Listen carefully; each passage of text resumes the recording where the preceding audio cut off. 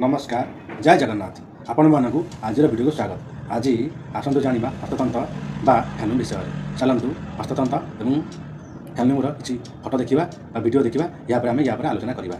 आपण मैंने स्क्रीन रे देखि पारुथिबे बहुत प्रकार फटोचित्र। यही फटोचित्र गुड़िक होउछि हस्ततंत्र उदाहरण। आसतु जानिबा हस्ततंत्र संज्ञा बा परिभाषा। एठारे इंग्राजी शब्द हैंडलूम अर्थ होउछि हस्ततंत्र।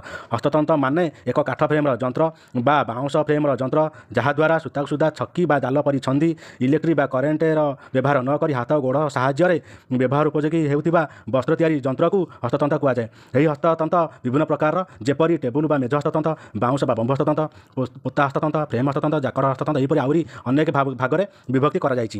हस्ततंत्र बुଣା कार्य କରୁଥିବା ବ୍ୟକ୍ତିଙ୍କୁ ବୁଣାକାର ବା ତନ୍ତୀ କୁହାଯାଏ। ଆଜିର ଭିଡ଼ିଓରେ ଆପଣମାନେ ନିଶ୍ଚିତ ଭାବରେ ଜାଣିପାରୁଥିବେ ହସ୍ତତନ୍ତ୍ର ବା ହ୍ୟାଣ୍ଡଲୁମ୍ର ଅର୍ଥ କ'ଣ। ଏହି ହସ୍ତତନ୍ତ୍ର ଦ୍ୱାରା ଆପଣମାନେ ଦେଖିପାରୁଥିବେ ବିଭିନ୍ନ ପ୍ରକାର ଶାଢ଼ୀ ସ୍କାର୍ଫ ଷ୍ଟୋଲ୍ ପାଟ ମଠାର ଶାଢ଼ୀ ଇତ୍ୟାଦି ପ୍ରସ୍ତୁତ କରାଯାଏ। ଆଜିର ଭିଡ଼ିଓକୁ ମୁଁ ଏତିକି ରଖୁଛି। ମୋର ଲକ୍ଷ୍ୟ ଓଡ଼ିଶାରେ ବନ୍ଦ ହେବାକୁ ବସିଥିବା ହସ୍ତତନ୍ତ୍ର ଲୁଗାବୁଣା କାର୍ଯ୍ୟ ଓ ବାନ୍ଧ କାର୍ଯ୍ୟକୁ ସୁରକ୍ଷା କରିବା। ଆପଣମାନଙ୍କୁ ଯଦି ମୋର ଭିଡ଼ିଓଟି ଭଲ ଲାଗେ ତାହେଲେ ଏହାକୁ ଲାଇକ୍ କରନ୍ତୁ, ସବସ୍କ୍ରାଇବ୍ କରନ୍ତୁ, ଫଲୋ କରନ୍ତୁ, କମେଣ୍ଟ କରନ୍ତୁ। ପରବର୍ତ୍ତୀ ଭିଡ଼ିଓ ନେଇ ମୁଁ ଆସିବି। ରହୁଛି। ନମସ୍କାର। ଜୟ ଜଗନ୍ନାଥ।